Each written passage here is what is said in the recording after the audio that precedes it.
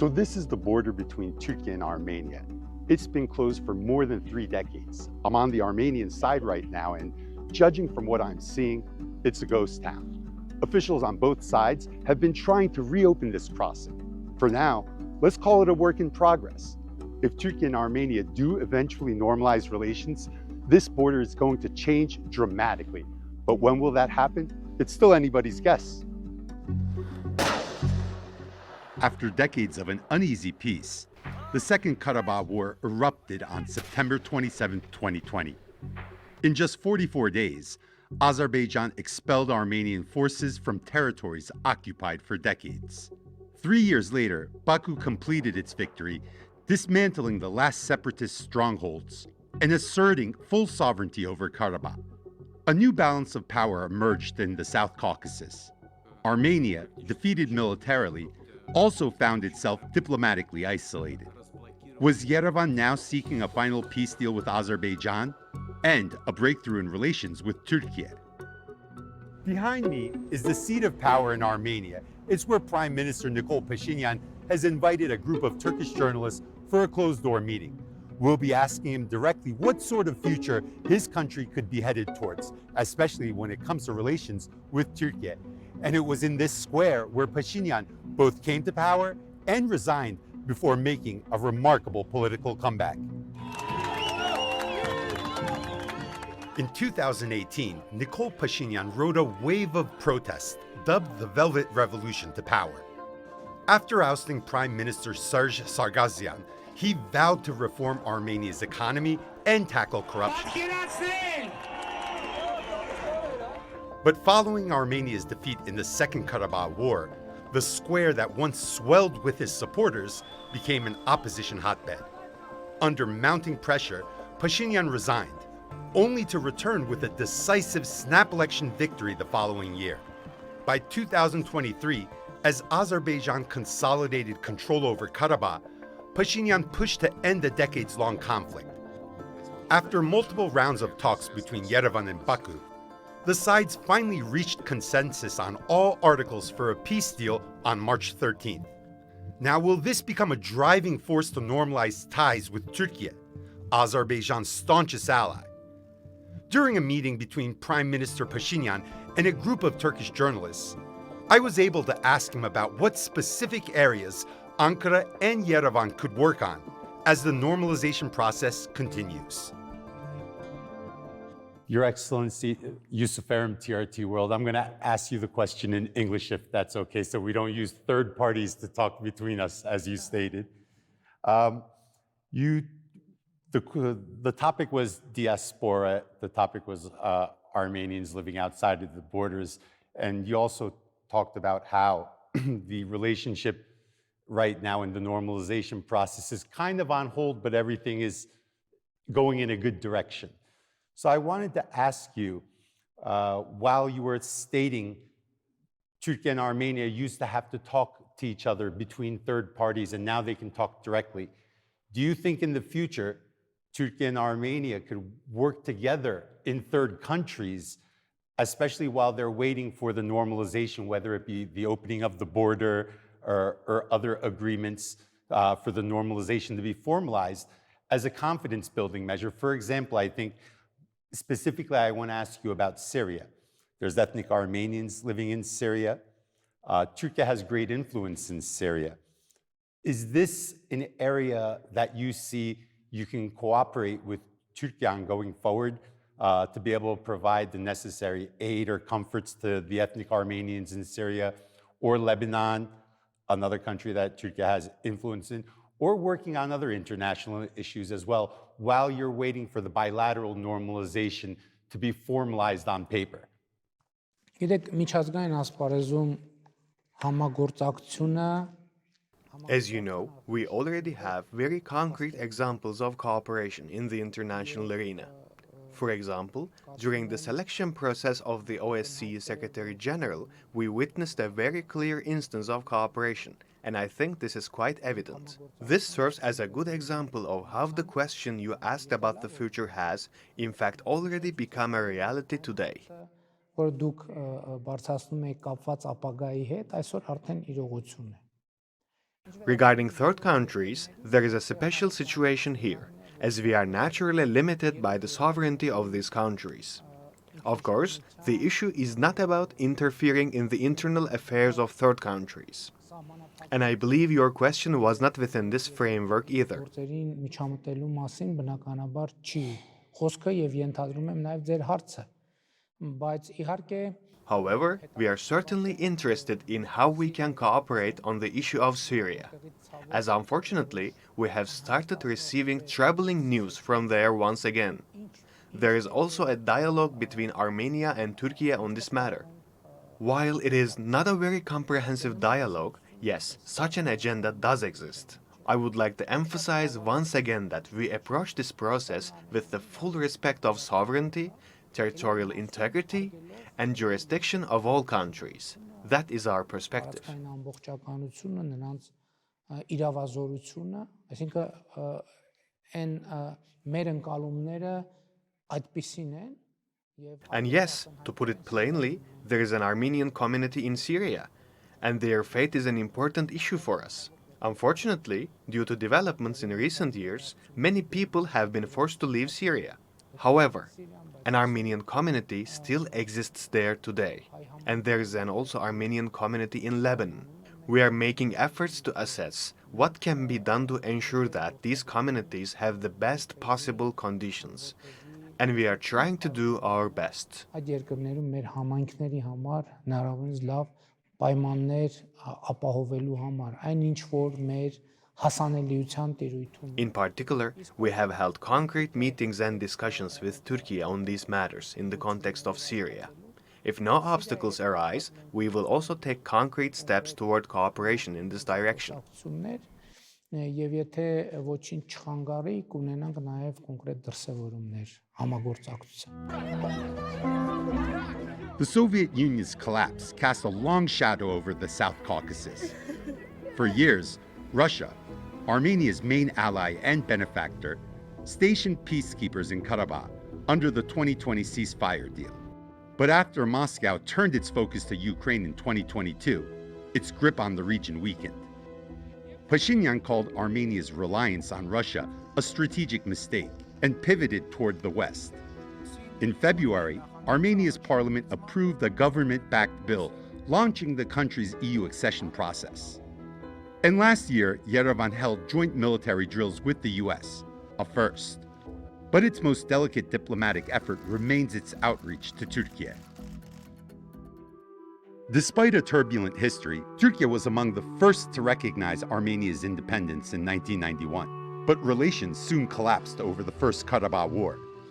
For decades, Armenia's occupation of Karabakh poisoned ties with Ankara. In 2009, both countries attempted to restore relations and reopen their border, but the deal ultimately failed. However, after Azerbaijan's 2020 victory, a major obstacle was removed. By 2021, both nations appointed special envoys to restart dialogue. At the top of the agenda, reopening their shared border. The Middle Corridor has become a central part of the discussion on regional rapprochement in the South Caucasus. In the event Armenia and Azerbaijan can reach an agreement on the construction of trade routes between the two countries, and Türkiye and Armenia normalize reopening the border crossing between both countries, this area could facilitate the trade of hundreds of billions of dollars in goods between China and Europe. Once crisscrossed by 19th century railways, the Turkey-Armenia border was tightly controlled during the Soviet era, then fully sealed in 1993. In 2022, envoys from both sides agreed to allow third country nationals and diplomats to cross. Armenia renovated the Margata checkpoint, just 40 kilometers from Yerevan, preparing for implementation.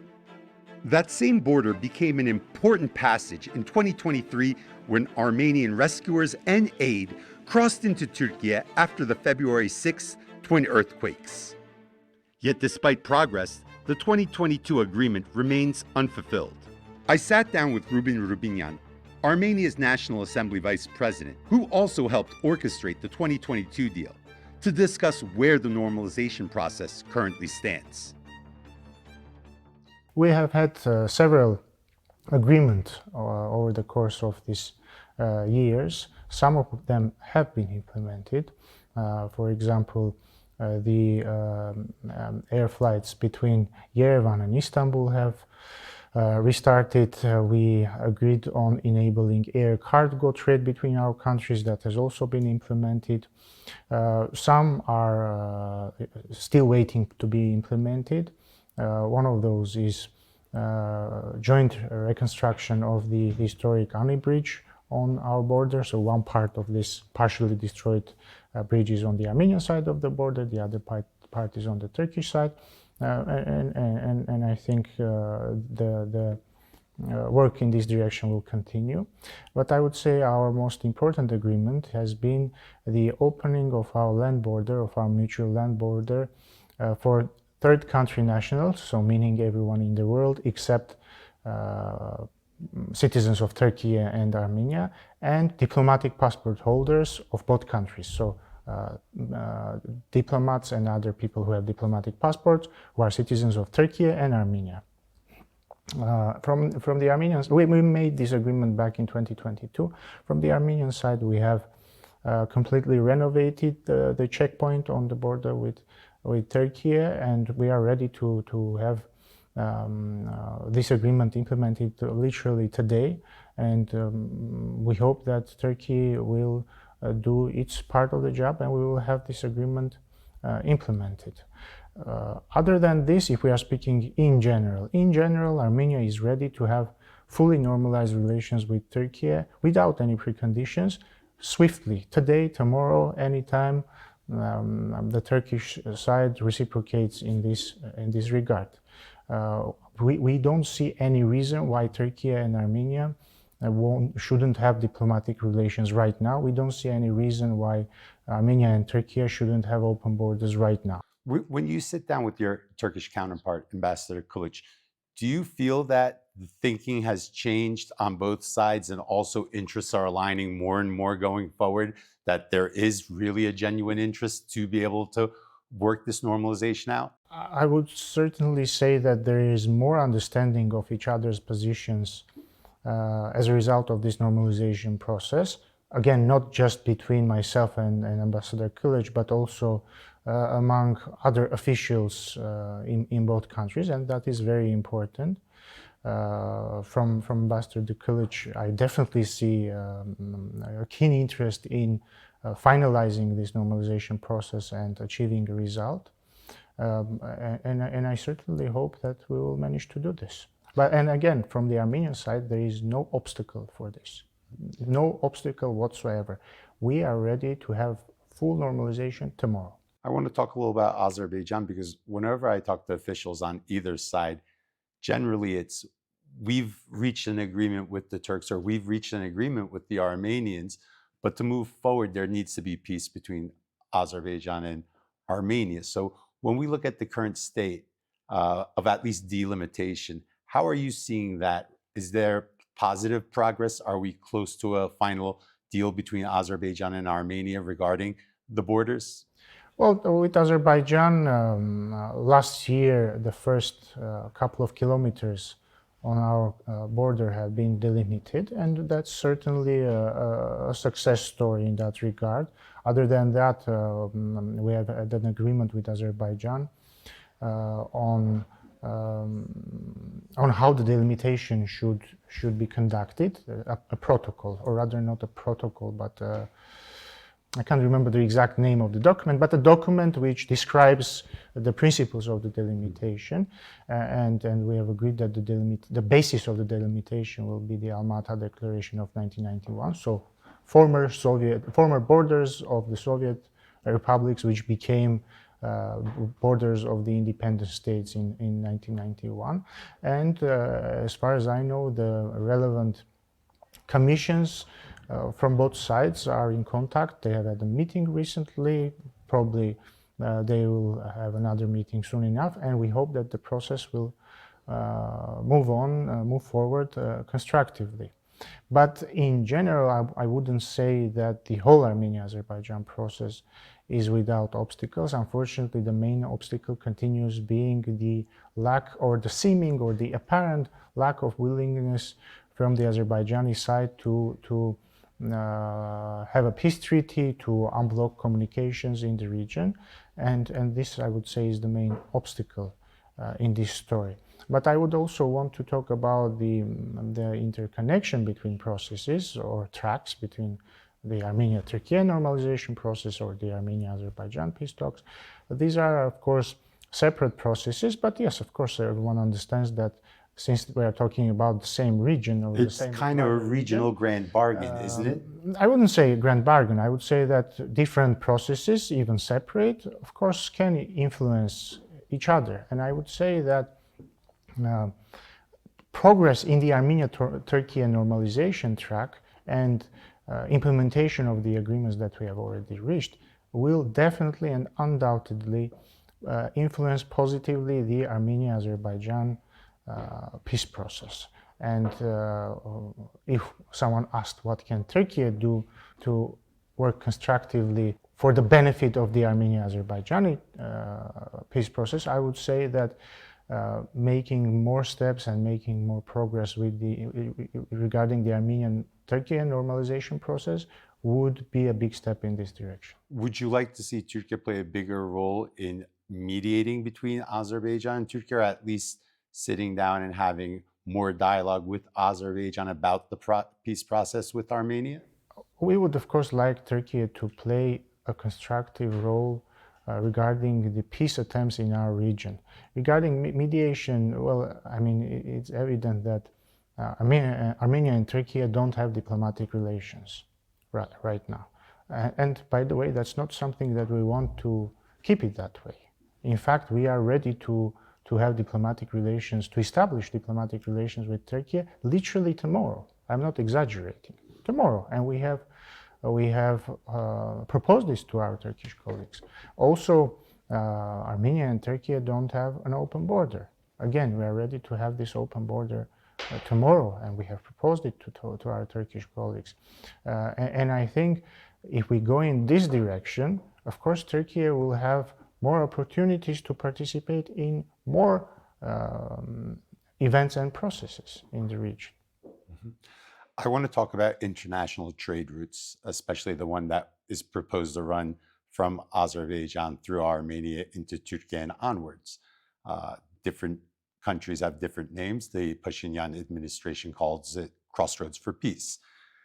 How far away is that from being signed and sealed and implemented? Well, just one remark. It's not the route that is called Crossroads of Peace. Crossroads of Peace is a project that is our vision of unblocking of all communications in the region and all routes. And the route that can potentially go through the Syunik region of Armenia is only one of those routes that are part of this project or our vision.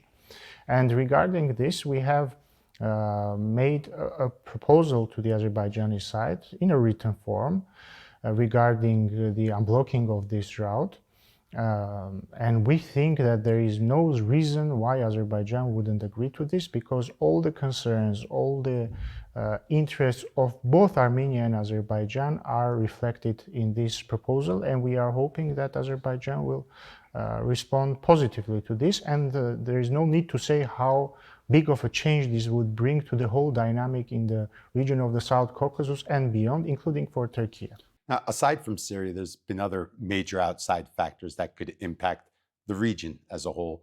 Possibly peace in Ukraine could be coming, big change at the White House.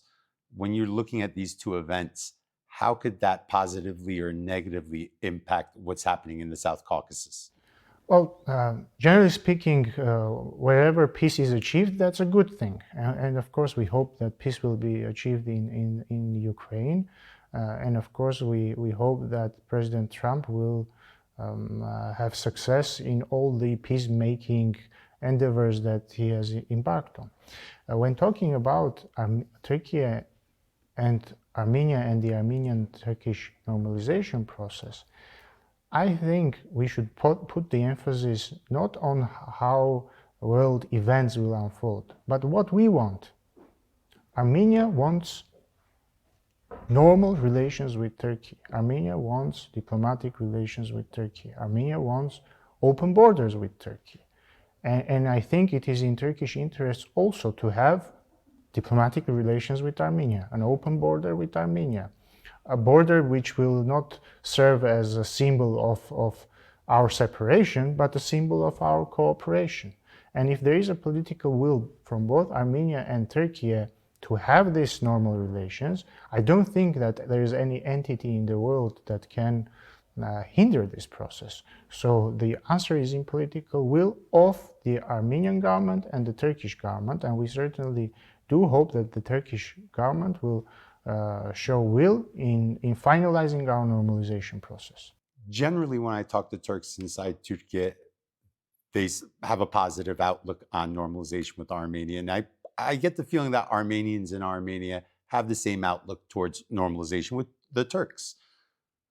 When we look at the diaspora, especially in the United States and France, Armenian diaspora, the messaging is very, very different from what's coming from the Armenian government. How do you view them inside of people-to-people normalization? Because they do have big platforms, they have big financing, obviously, but they're not viewing this from an Armenian government perspective or an Armenian state perspective. Can you see that as being confusing for Turks at times when they're seeing initiatives by groups in America and groups in France? No, I don't think so, because at the end of the day, the normalization process is conducted between countries and governments.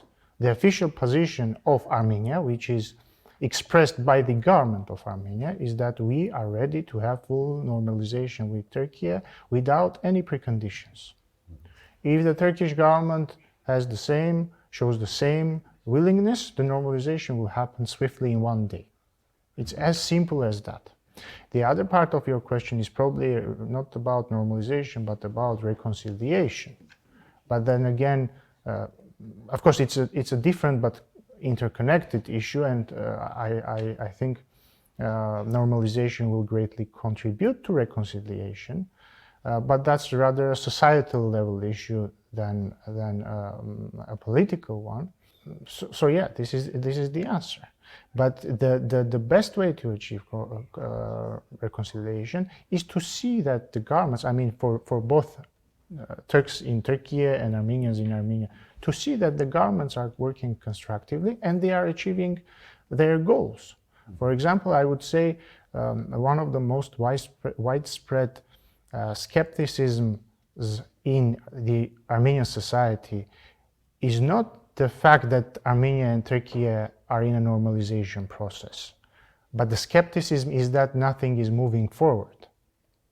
So I think we have to show our peoples, both in Armenia and Turkey, that this process is bringing results, because we have a bad experience in that. Before this process, there have been numerous normalization processes between Armenia and Turkey, which haven't come into fruition. And this naturally brings to skepticism in our societies, and I think this is high time to overcome this. One last quick question. Yes. Third countries in the region, Iran, Israel, Russia. Well, I wouldn't say Israel is in the region if we are talking about the South Caucasus. The broader region. When we're looking at how Türkiye, Azerbaijan, Armenia, the three of them as a triangle, have dialogue with each other. Are you concerned at times that some of these countries don't want to see stability come into the region, that they're actually geopolitically profiting off of some type of chaos, some type of division? I wouldn't say so, but what I would say, and I will repeat myself here, if the government of Turkey shows political willingness to normalize relations with Armenia, there is no force in the world which can hinder that. It will happen. Nothing else matters. If Armenia and Turkey decide that they are going to have established diplomatic relations tomorrow, it will happen. If Armenia and Turkey decide that they will have an open border, be it partial or full, tomorrow, it will happen. This is the most important thing, especially in these turbulent times in the world. And of course, that will mean that the dynamics in our region will change, and they will change to a better. And especially for Armenia and Turkey, they will change to a better, definitely. Over the past 3 days in Yerevan, I've had multiple conversations with officials from the highest levels of the Armenian government. The general feeling I've gotten is that Armenia is keen on normalizing relations with Türkiye. However, both sides seem to have different strategies. While Yerevan views normalization from a bilateral lens, Ankara wants to approach Mont as part of a regional initiative that would open all borders and include the building of new trade routes that can unlock billions in international trade and bring prosperity to the South Caucasus. While challenges remain, the current geopolitical climate could be optimum to strike a grand bargain. I'm Yusuf Erman, Yerevan. Thanks for joining me for this special edition of Strait Talk. See you next time.